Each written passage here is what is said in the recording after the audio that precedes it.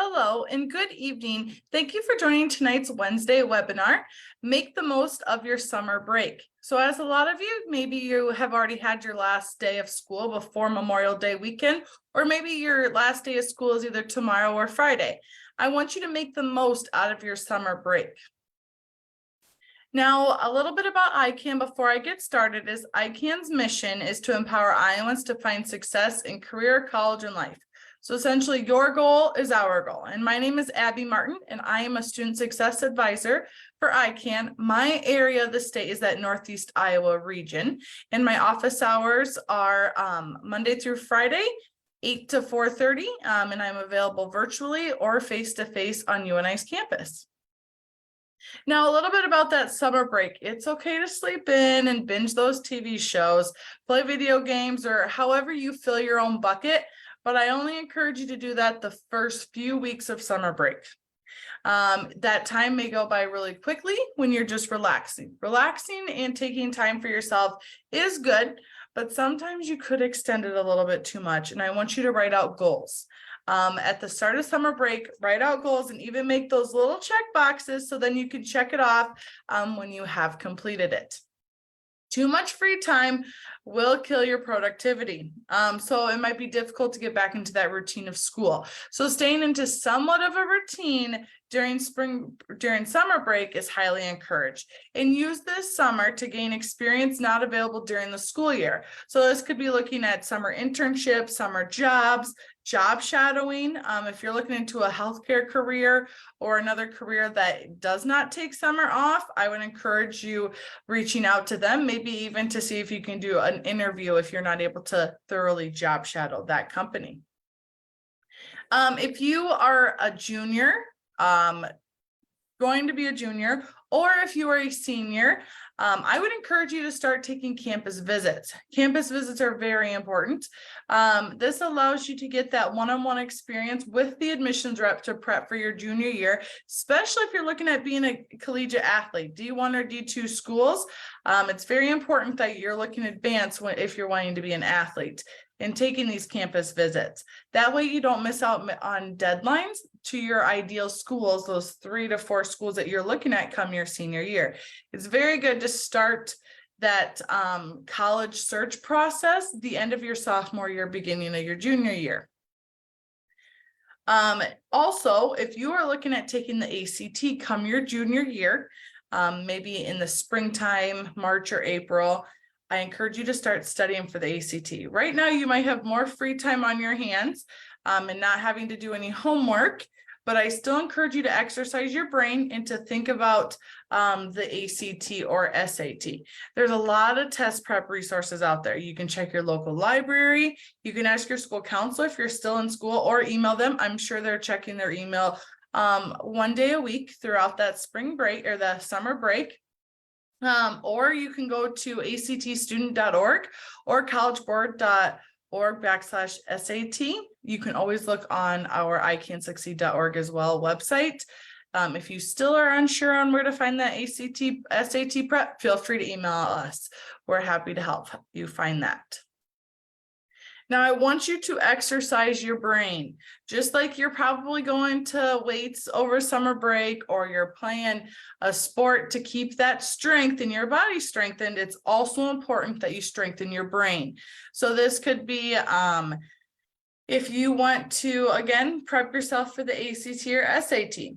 Check your local library for summer reading programs. Maybe they have different incentives for you to read a lot during the summer, or you can really read up maybe on different careers that you would find yourself interested in.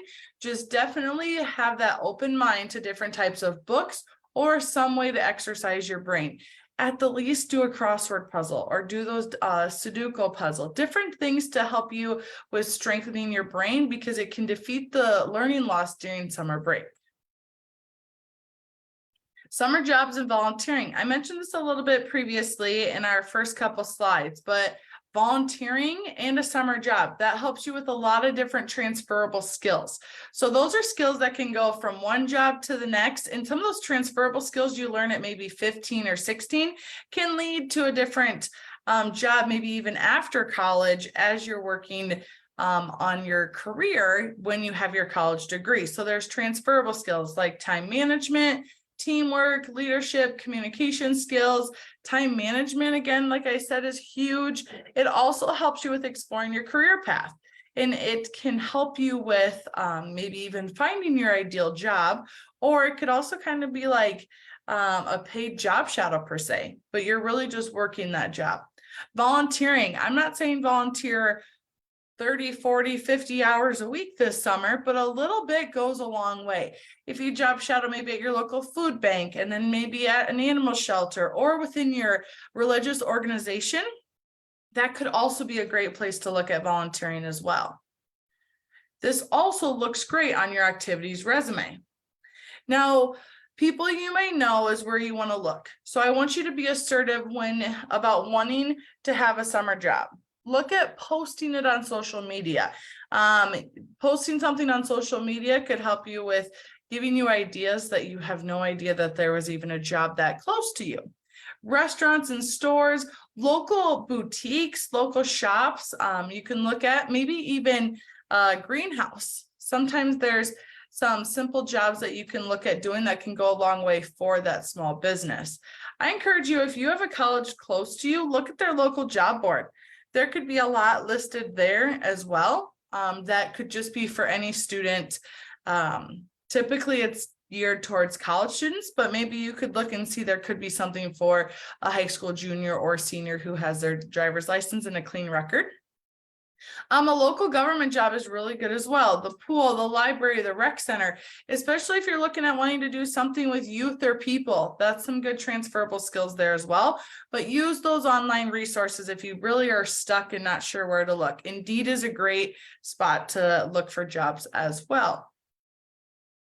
Now, as you're volunteering this summer, as you're looking at different things, helping you with doing a job shadow, if you're do a non-campus job, or not non-campus job, but a job within the community, your sports, if you're active in summer sports or fall sports, I want you to put everything on an activities resume. An activities resume, no matter how old you are, from your freshman year on up to the end of your senior year, you're going to be wanting to update this activities resume. You can even just have it as a resume per se, but you want it to have everything that you were involved in. And so we put activities in front of that because sometimes students think of just their work employment, but I want you to also put the activities. If you're involved in FFA, 4-H, if you're working at the local pool, if you are in student government, if you do run a volunteer program within your religious organization, put all that down. And you can see here where I have Mallory Morgan as our example. You can see that I have school activities, the education, community involvement, and then how many years in the grades that they've done that. Because that helps when you do create this activities resume. It will help you with writing all those scholarship essays come the start of your senior year when a lot of those scholarships open up.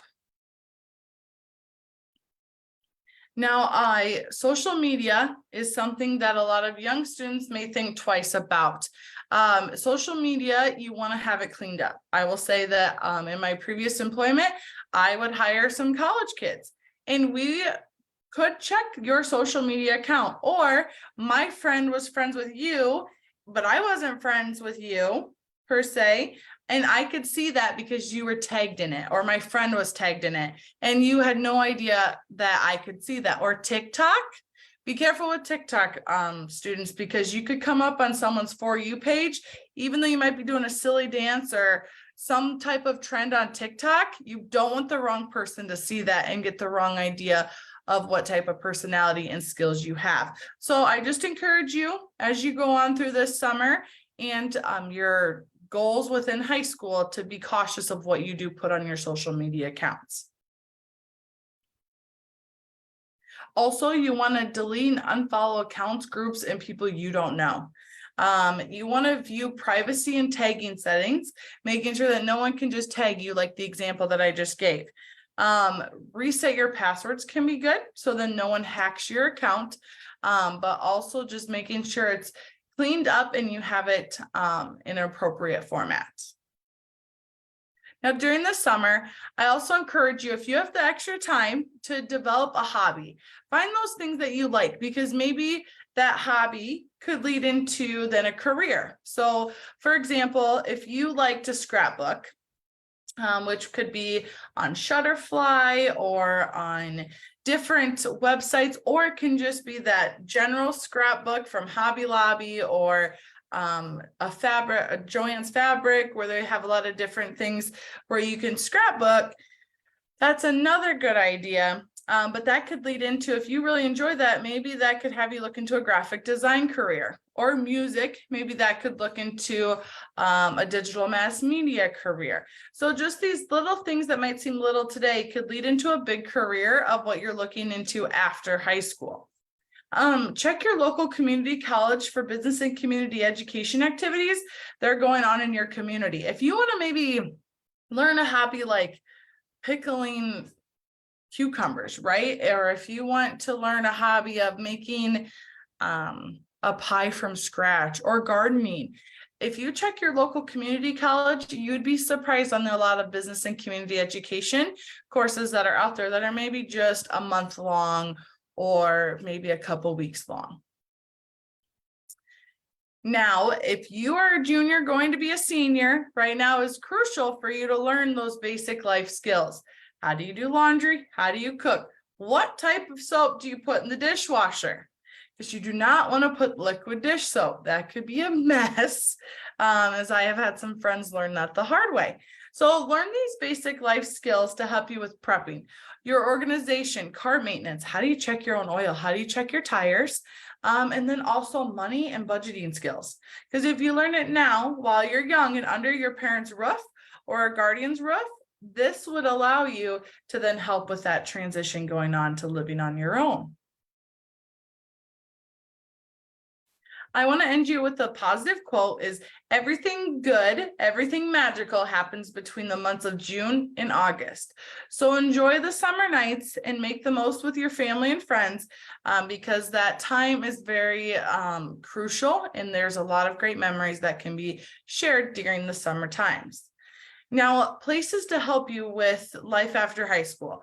You can see your school counselor. However, they are enjoying the summer as well. So that's where I encourage you to reach out to the college admissions office and go on that college tour. Meet that admissions rep and stay in contact with them or that college during the end of your junior year, start of junior year, if you are really assertive and you want those 3 specific schools.